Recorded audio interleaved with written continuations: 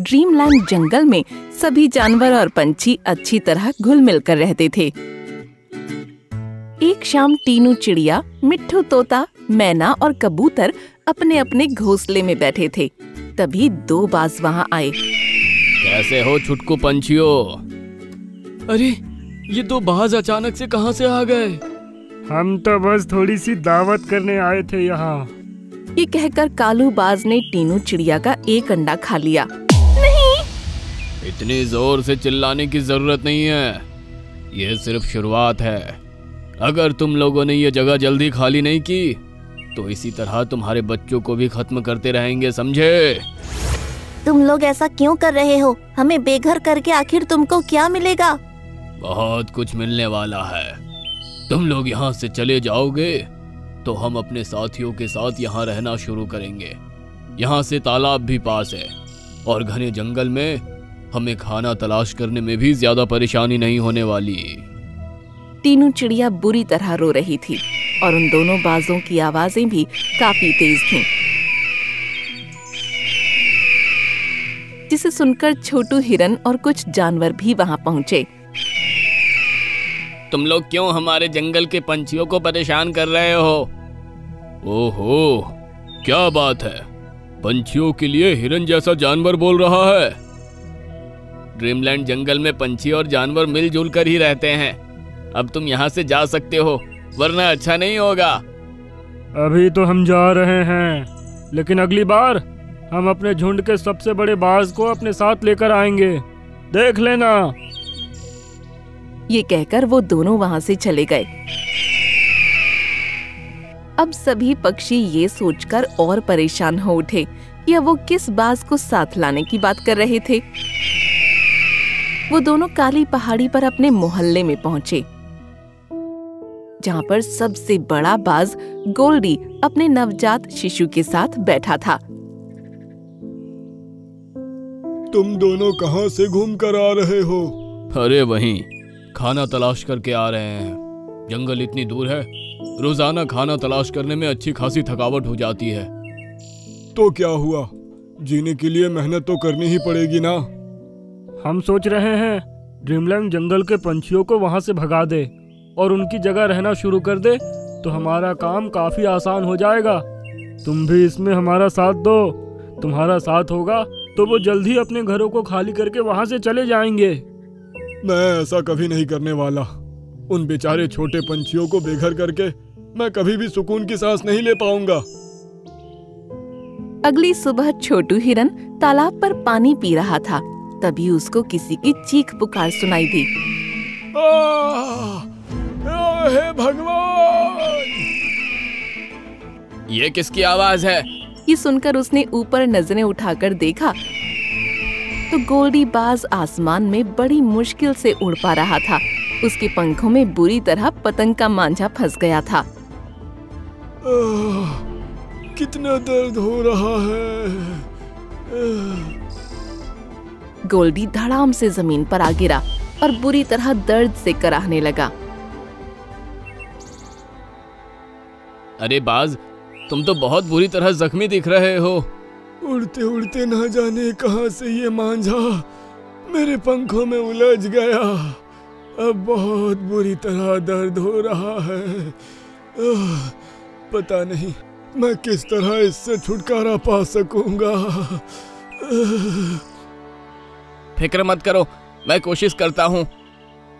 ये कहकर छोटू हिरन आगे बढ़ा और उसने बड़ी ही मुश्किल से अपने एक पंजे की मदद से उसे मांझे से मुक्त किया, लेकिन इसमें उसके पंजों पर घाव हो गए।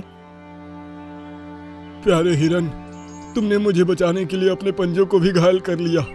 मैं तुम्हारा एहसान जिंदगी भर नहीं भूलूंगा। इसमें एहसान की कोई बात नहीं है।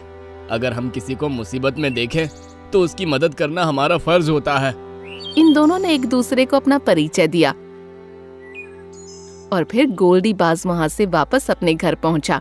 वहां जाकर उसने पाया कि उसका बच्चा घोंसले में नहीं है और उसके अंदर खून गिरा हुआ है। मेरा बच्चा कहाँ गया? वो बहुत परेशान हो उठा और इधर उधर नजरें दौड़ाने लगा। तभी कालू बाज और मोटू बाज भी वहां आ पहुंचे।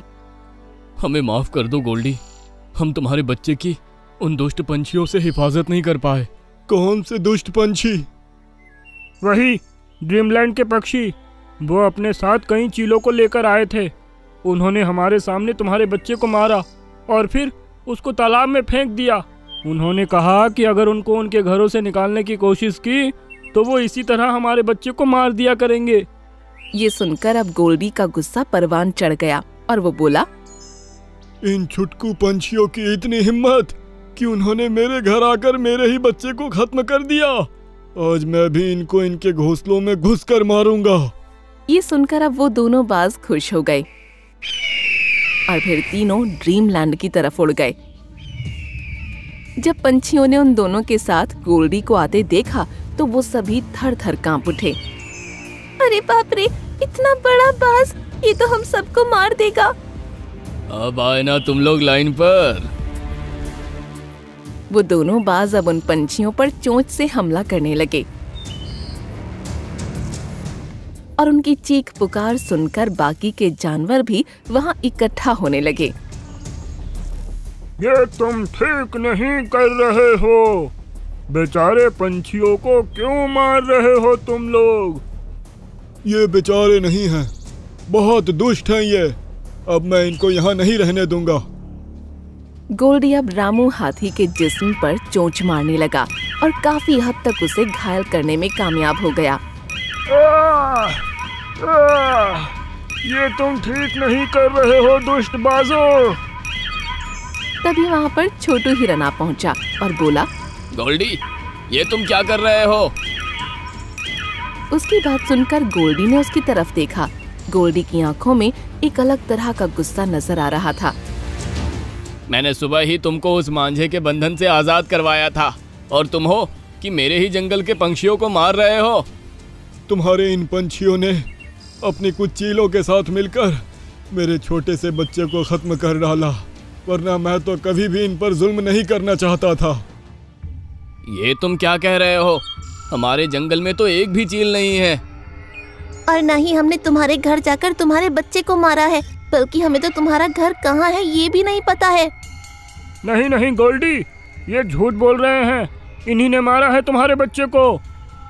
उन दोनों के बर्ताव में आई हड़बड़ाहट से गोल्डी कुछ सोचने पर मजबूर हो गया और बोला, मैं तुमको इन पंछियों पर हमला करने से रोकता था और तुम लोग यही चाहते थे कि मैं भी तुम्हारा साथ दूं। तुम गलत सोच रहे हो गोल्डी। छोटू हिरन ने उस मांझे से मेरी जान बचाई, जबकि उसके पंजे भी उसमें जख्मी हो गए। जिस जंगल के जानवर इतने दयालु हो, वो मेरे छोटे से बच्चे को भला कैसे मरवा सकते हैं? ऐसा कहते हुए गोल्डी उनको खा जाने वाली नजरों से देखने लगा और वो दोनों थर थर कांपने लगे। तुम्ही ने मुझे भड़काने के लिए मेरे बच्चे की जान ली थी ना? नहीं नहीं गोल्डी, ये इस कालू का आइडिया था। गोल्डी, माफ कर दो, लेकिन हमने तुम्हारे बच्चे को नहीं मारा। वो तो हमने एक जगह छिपा कर रखा है। ये सुनकर गोल्डी गरज कर बोला, कहाँ है मेरा बच्चा? अब वो दोनों गोल्डी को अपने साथ एक जगह ले गए, जहाँ पर उसको उसका बच्चा सही सलामत मिल गया। गोल्डी, अब हम चलते हैं, ठीक है? वो दोनों वहाँ से भाग जाना चाहते थे, लेकिन गोल्डी ने उनकी खूब पिटाई की। गोल्डी, माफ कर दो। गोल्डी, माफ कर दो। और उनको लहू लुहान कर दिया। उसके बाद गोल्डी भी अपने बच्चे को ड्रीमलैंड ले आया और वो भी प्यारे पंछियों के साथ आराम से रहने लगे।